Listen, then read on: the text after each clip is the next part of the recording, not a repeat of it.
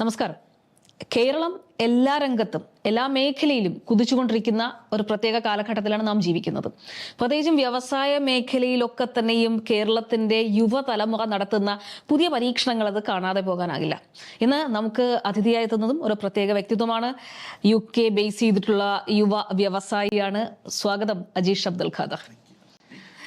അജീഷ്, ഇപ്പൊ ഞാൻ ഇൻട്രൊഡക്ഷനിൽ പറഞ്ഞതുപോലെ അജീഷ് ഒരു യുവ വ്യവസായി, ഒരു ബിസിനസ് കൺസൾട്ടന്റ്. എന്ത് ടാഗ് ലൈൻ ആണ് അജീഷിനെ കുറിച്ച് പറയുക? തീർച്ചയായിട്ടും എനിക്കൊരു ബിസിനസ് കൺസൾട്ടന്റ് എന്ന് പറയാനാണ് കൂടുതൽ ഇഷ്ടം. നമ്മൾ ചെയ്യുന്ന ബിസിനസ്സേക്കാൾ കൂടുതലായി മറ്റുള്ളവരുടെ ബിസിനസ്സിൽ നമ്മുടേതായ ഒരു പങ്കും കൂടി കൊടുക്കുക, അല്ലെങ്കിൽ അവരുടെ ഇപ്പോൾ ഒരു ഇന്റർനാഷണൽ ലെവലിലേക്ക്, ഇപ്പോൾ ഇന്ത്യയിൽ നിന്നായിക്കോട്ടെ അല്ലെങ്കിൽ യു നിന്നായിക്കോട്ടെ ഏത് രാജ്യത്തിൽ നിന്നായിക്കോട്ടെ അവരുടെ പ്രൊഡക്റ്റിനെ, സർവീസിനെ അതിനൊരു ഇന്റർനാഷണൽ ഫേസ് വേണം, അതിന് ഒരു പ്രൊഫൈൽ അപ്ലിഫ്റ്റ് ചെയ്യണം, അല്ലെങ്കിൽ അവരുടെ പ്രൊഡക്റ്റിനെ ലോകം അറിയണം എന്ന് ആഗ്രഹിക്കുന്നുണ്ടെങ്കിൽ തീർച്ചയായിട്ടും നമ്മുടെ കമ്പനി സാധിച്ചു കൊടുക്കും. അത് UK ലോ യൂറോപ്പിലോ ലോകത്ത് എവിടെയായാലും അതിനുവേണ്ടി എല്ലാം, അതിപ്പോൾ ഏത് തരത്തിലുള്ള ആയിക്കോട്ടെ, ഒരു ലീഗൽ സൈൻ ആയിക്കോട്ടെ, മറ്റേത് തരത്തിലുള്ള രീതിയിലായാലും അതിനുവേണ്ട എല്ലാ സപ്പോർട്ടും നമുക്ക് ചെയ്തു കൊടുക്കാൻ വേണ്ടി സാധിക്കും.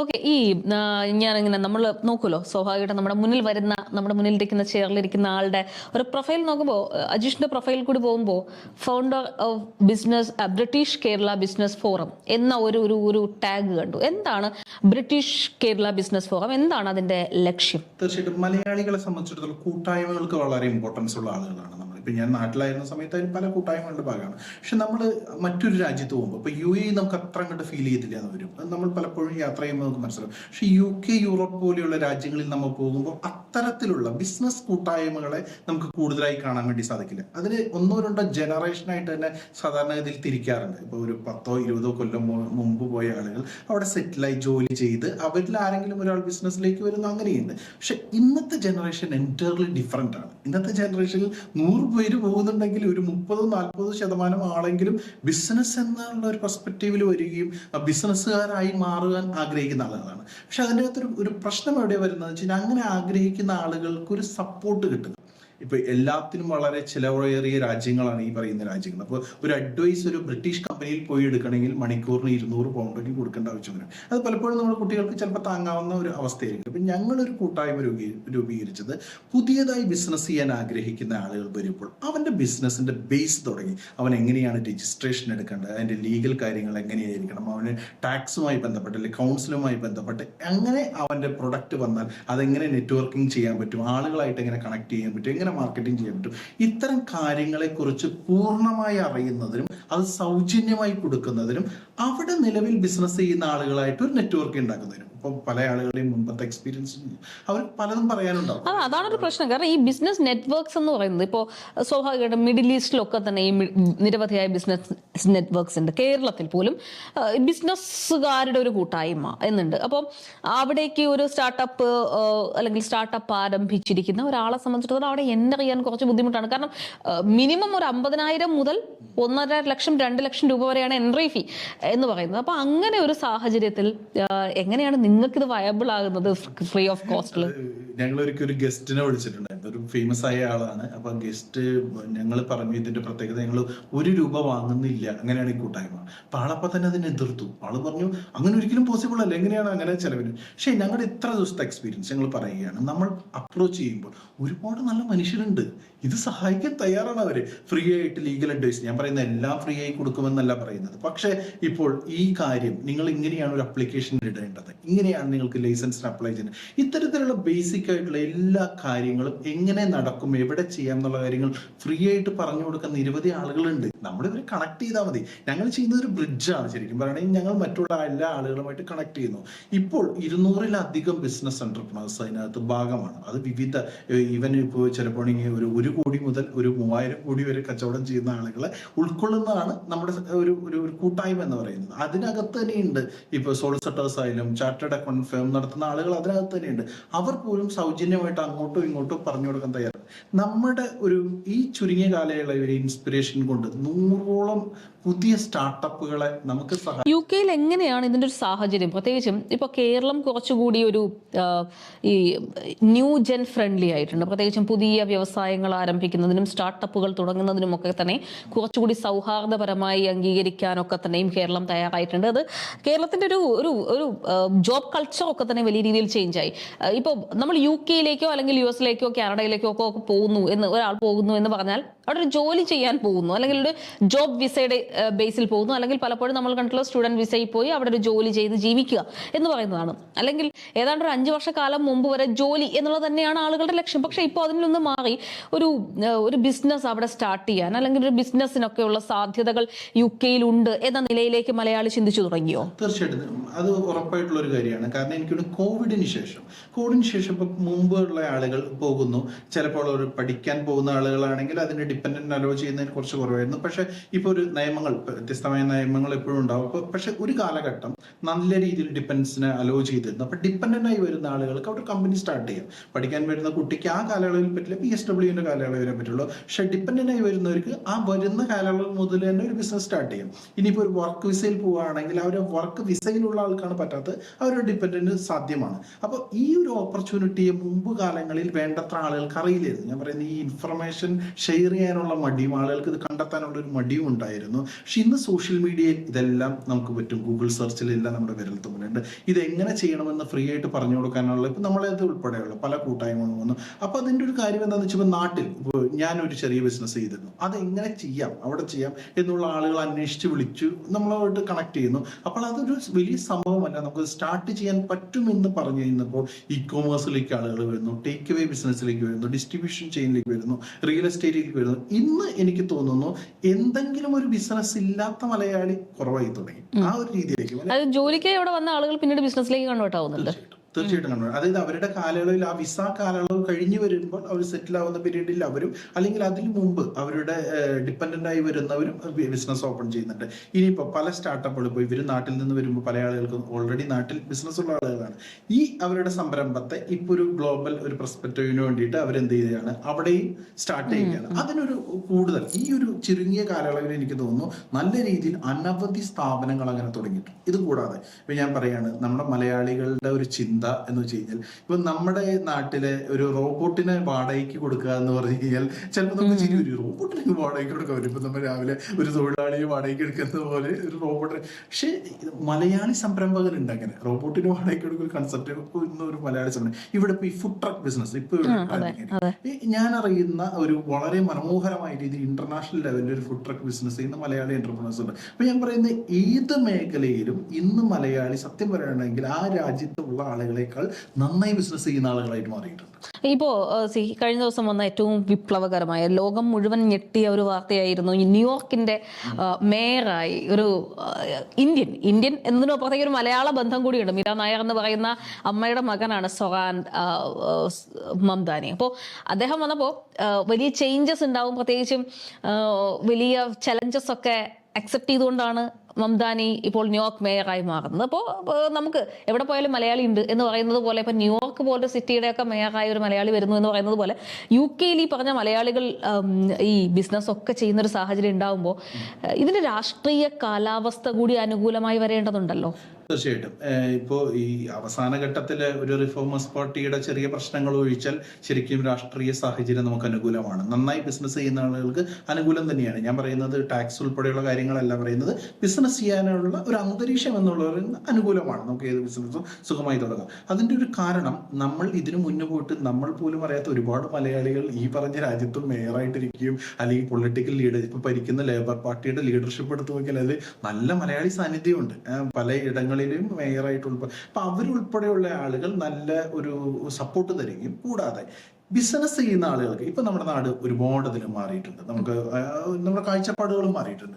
അവിടെ അതിന് മുന്നേ തന്നെ ബിസിനസ് ചെയ്യുന്ന ആളുകൾക്ക് ഒരു അംഗീകാരമുണ്ട്. ബിസിനസ് ചെയ്യുക എന്ന് വെച്ച് കഴിഞ്ഞാൽ അതൊരു സമൂഹത്തിന് അവർ കോൺട്രിബ്യൂട്ട് ചെയ്യുക എന്നുള്ളതാണെന്ന് ആ സമൂഹത്തിന് തിരിച്ചറിവുള്ളതുകൊണ്ട് അതിനെ ഒരു ഈസി വേ ആണ്. അതായത് ഇപ്പൊ നമ്മളൊരു ഫുഡ് ബിസിനസ് തുടങ്ങുന്നു എന്ന് വെച്ച് കഴിഞ്ഞാൽ നമ്മൾ ആപ്ലിക്കേഷൻ എടുന്ന് ഫുഡ് ബിസിനസ് തുടങ്ങുന്നു, ആ കൗൺസിലിൽ നിന്ന് അതിനുശേഷം ഇൻസ്പിറേഷൻ വരുന്നു, റൈറ്റിംഗ് തരുന്നു, പോകുന്നു. അല്ലാതെ വേറെ അതിനകത്തൊരു പ്രശ്നമില്ല. നമ്മൾ എന്തെങ്കിലും തെറ്റ് ചെയ്താൽ മാത്രമേ അതിനകത്തൊരു വിഷയം വരുന്നുള്ളൂ. നമ്മൾ തെറ്റ് ചെയ്യാത്തോടത്തോളം കാലം ഈസിയാണ്. അങ്ങനെ ഏത് ബിസിനസ് തുടങ്ങാനും വളരെ ഈസി ആയിട്ടുള്ളൊരു മെക്കാനിസം അവർ ഉള്ളതുകൊണ്ട് തന്നെ കൂടുതൽ ആളുകൾക്ക് ബിസിനസ്സിൽ വരാൻ കഴിയുന്ന ഒരു സാഹചര്യമുണ്ട്. ഇപ്പോഴത്തെ ഒരു രാഷ്ട്രീയ സാഹചര്യം ഒരു പക്ഷേ നമ്മളുടെ ആളുകളിൽ ചെറിയൊരു അസ്വസ്ഥത ഉണ്ടാക്കുന്നുണ്ടില്ല എന്ന് നമുക്ക് പറയാൻ വേണ്ടിയിട്ട് സാധിക്കില്ല.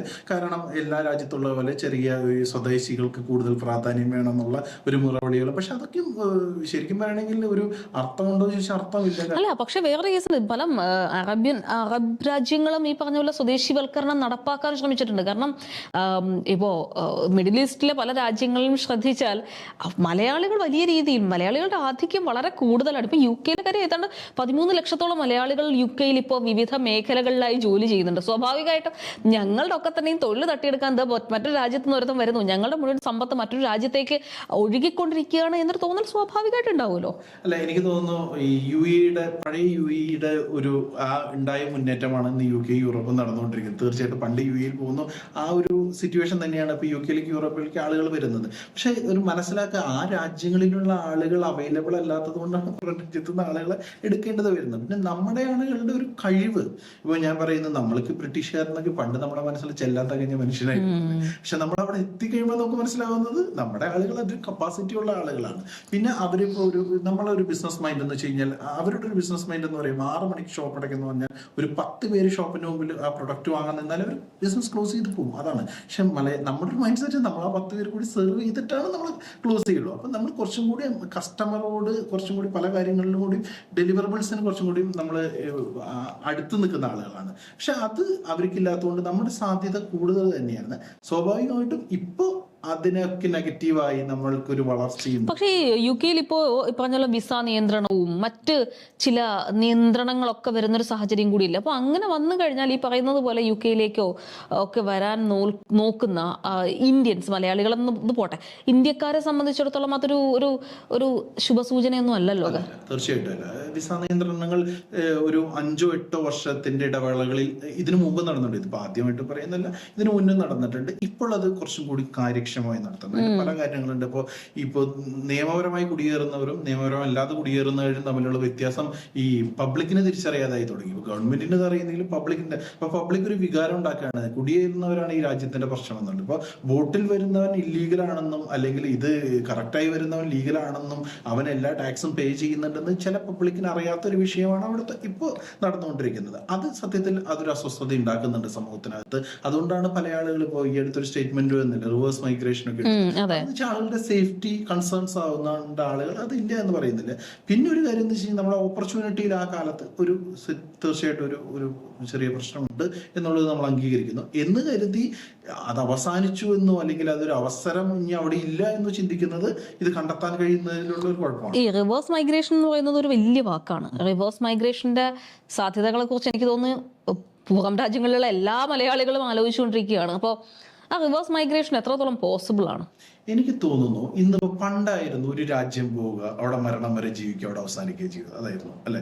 ഇന്നിപ്പോ ഞാൻ ഇപ്പൊ ഉദാഹരണം ഇപ്പൊ എന്റെ മനസ്സിലുള്ളത് നമുക്കൊരു 10 രാജ്യത്തെങ്കിലും പോകണം, അവിടെ ബിസിനസ് ചെയ്യണം. ഭൂരിപക്ഷ ആളുകളുടെ മനസ്സിൽ ഇതാണ്. പോയാൽ അവിടെ മാത്രം ഒതുങ്ങി കൂടുക എന്നുള്ളതല്ല, അവൻ അടുത്ത രാജ്യത്തിൽ വരണം, തിരിച്ച് നാട്ടിൽ വരണം എന്നുള്ളൊരു കൺസേൺ എല്ലാ ആളുകൾക്കും ഉണ്ട്. ഇപ്പൊ ഒരു ജനറേഷൻ മുൻപുള്ള ആളുകളോ ചിലപ്പോൾ അവിടെ ജനിച്ചു വളർന്നവർക്ക് ചിലപ്പോൾ ഇല്ലാതെ, പക്ഷെ ഇതിന്റെ ഇടയിലുള്ള ആളുകൾക്ക് അതിനുള്ള സാഹചര്യം ഉണ്ടെങ്കിൽ എനിക്ക് ഉറപ്പിച്ചു പറയാൻ വേണ്ടിയിട്ട് സാധിക്കും അവരങ്ങനെ ആഗ്രഹിക്കുന്നുണ്ട്. പക്ഷെ വരുമ്പോൾ എങ്ങനെ അവരെ നമ്മൾ റിസീവ് ചെയ്യുന്നു എന്നുള്ള കാര്യം വളരെ ഇമ്പോർട്ടൻ്റ് ആണ്.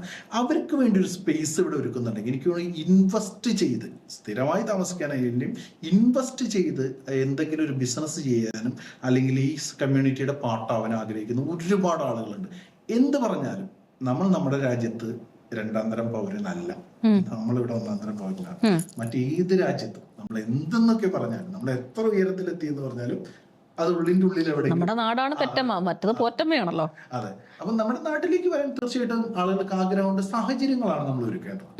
ഇപ്പോ മറ്റൊരു പ്രധാനപ്പെട്ട പ്രശ്നം, ഇന്ത്യക്കാരെ സംബന്ധിച്ചിടത്തോളം ഇന്ത്യക്കാർ വളരെ രാഷ്ട്രീയമായി പ്രബുദ്ധരായ മനുഷ്യരാണ്. എല്ലാ മനുഷ്യർക്കും പൊളിറ്റിക്സ് ഉണ്ട്, രാഷ്ട്രീയം. അത് നമ്മളിപ്പോൾ വെറുതെ പണ്ട് നമ്മൾ പറയില്ലേ, കേരളത്തിന്റെ ചായക്കടകളിൽ ഏറ്റവും കൂടുതൽ സംസാരിച്ചുകൊണ്ടിരുന്നത് കള്ളഷാപ്പുകൾ എഴുതി വെച്ചിട്ടുണ്ടായിരുന്നു, നിങ്ങളിവിടെ രാഷ്ട്രീയം പറയരുത് എന്ന് പറയുന്നത്. കാരണം ആളുകൾ രാഷ്ട്രീയം പറയും. ഇന്ത്യൻസിന്റെ ഒരു പ്രധാനപ്പെട്ട കാര്യമാണ് അവരുടെ ജീവിതത്തിന്റെ ഭാഗമായി. മറ്റേതെങ്കിലും ഒരു രാജ്യത്ത്, അല്ലെങ്കിൽ ഇത് ജനാധിപത്യ രാജ്യങ്ങളുടെ ഒക്കെ തന്നെയും പ്രശ്നമാണ്. അല്ലാതെ ഇപ്പൊ ഈ പറയുന്നത് പോലെ സ്വേച്ഛാധിപത്യ ഭരണമോ അല്ലെങ്കിൽ ഒരു സിംഗിൾ ഹാൻഡഡ് റൂളിംഗ് ഒക്കെ ഉള്ള ഇടങ്ങളിലൊന്നും ഈ പറയുന്നത് പോലെ അത്ര വലിയ ഒരു തീവ്രമായ പൊളിറ്റിക്കൽ ബോധമൊന്നുമില്ല. പക്ഷെ ഇന്ത്യക്കാർ, ഇതേ രാഷ്ട്രീയ ബോധമുള്ള ഇന്ത്യക്കാർക്ക് എങ്ങനെയാണ് UK പോലുള്ള രാജ്യത്ത് സർവൈവ് ചെയ്യാൻ പറ്റുന്നത്?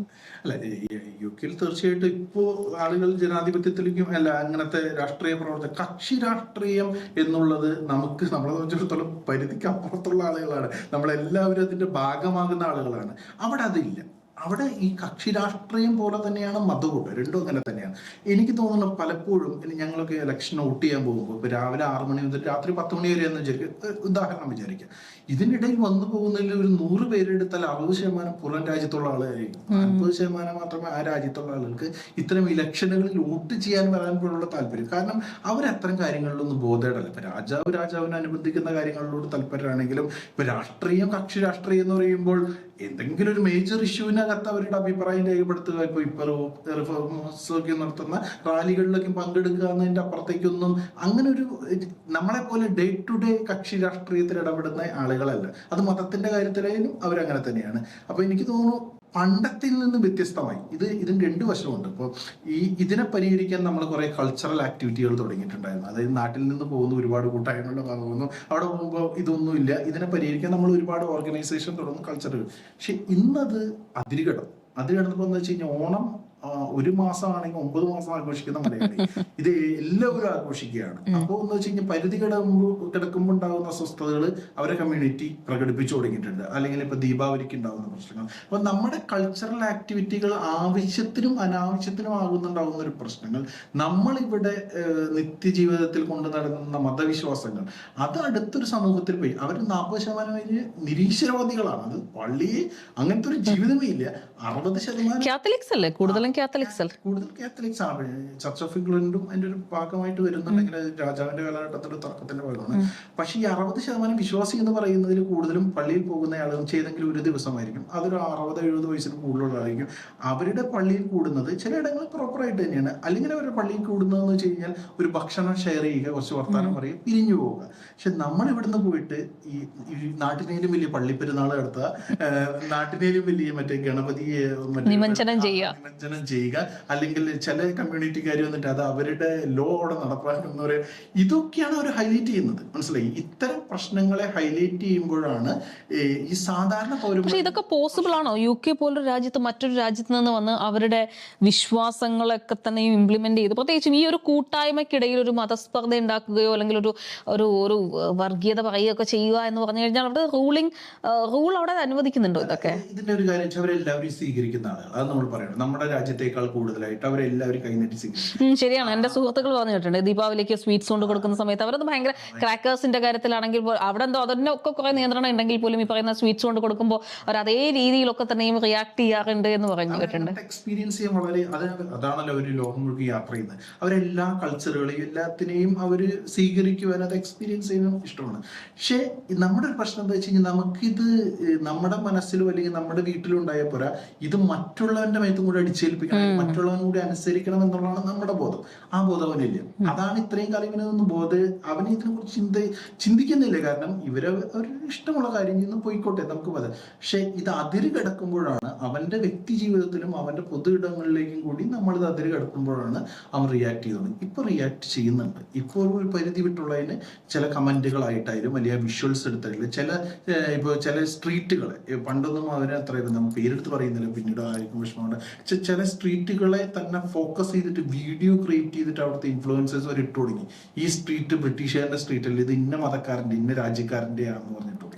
അത് വലിയ ഇപ്പോ അത് സ്വാഭാവികമായിട്ടും മറ്റൊരു രാജ്യത്ത് നമ്മൾ ജോലി ചെയ്യാൻ പോയി ആ രാജ്യത്തെ ഇങ്ങനെ കൈയടക്കാൻ ശ്രമിക്കുന്ന ഒരു രീതി ഉണ്ടോ? അപ്പോ അതുണ്ട്. നമ്മുടെ ആളുകളെ എനിക്കറിയില്ല എന്നുകൊണ്ട് പണ്ടത്തെ ചില ആളുകളെ. പക്ഷെ അല്ല, ആളുകൾ മര്യാദയ്ക്ക് വരിക, ജോലി ചെയ്യാൻ തിരിച്ചു പോവുക എന്നുള്ളതായിരുന്നല്ലോ നേരത്തെ ഉണ്ടായിരുന്ന ഒരു കൾച്ചർ. പക്ഷെ എനിക്ക് തോന്നുന്നു ഒരു 5-6 വർഷത്തിനിടയിലാണെന്ന് തോന്നുന്നു ഈ മാറ്റമൊക്കെ അല്ലേ? അല്ല, എനിക്ക് തോന്നുന്നു മാറ്റം എന്ന് പറയുന്നത് ചിലപ്പോൾ തുടർച്ചയായിട്ടുണ്ടാവും. പക്ഷെ ഈ കുറച്ചു കാലങ്ങളിലേക്ക് ഈ അഗ്രസീവായി അതന്നെ മതം എന്നുള്ള ഒരു ബോധം മറ്റുള്ളവന്റെ മേത്തും കൂടി അടിച്ചേൽപ്പിക്കണം എന്ന് പറയുന്നത്. ഞാൻ പറയുന്നത് ഇന്ത്യക്കാർ ഒരു പരിധി വരെ ഒരു പക്ഷെ അതിൽ നിരപരാധികളായിരിക്കാം. പക്ഷെ ഈ അവനെ സംബന്ധിച്ചിടത്തോളം ഇന്ത്യക്കാരനും ബംഗ്ലാദേശിയും പാകിസ്ഥാനും ശ്രീലങ്ക ഇത് ഇറാനും അഫ്ഗാനിയും അവന്റെ കണ്ണിലെല്ലാം ഒന്നാണ്.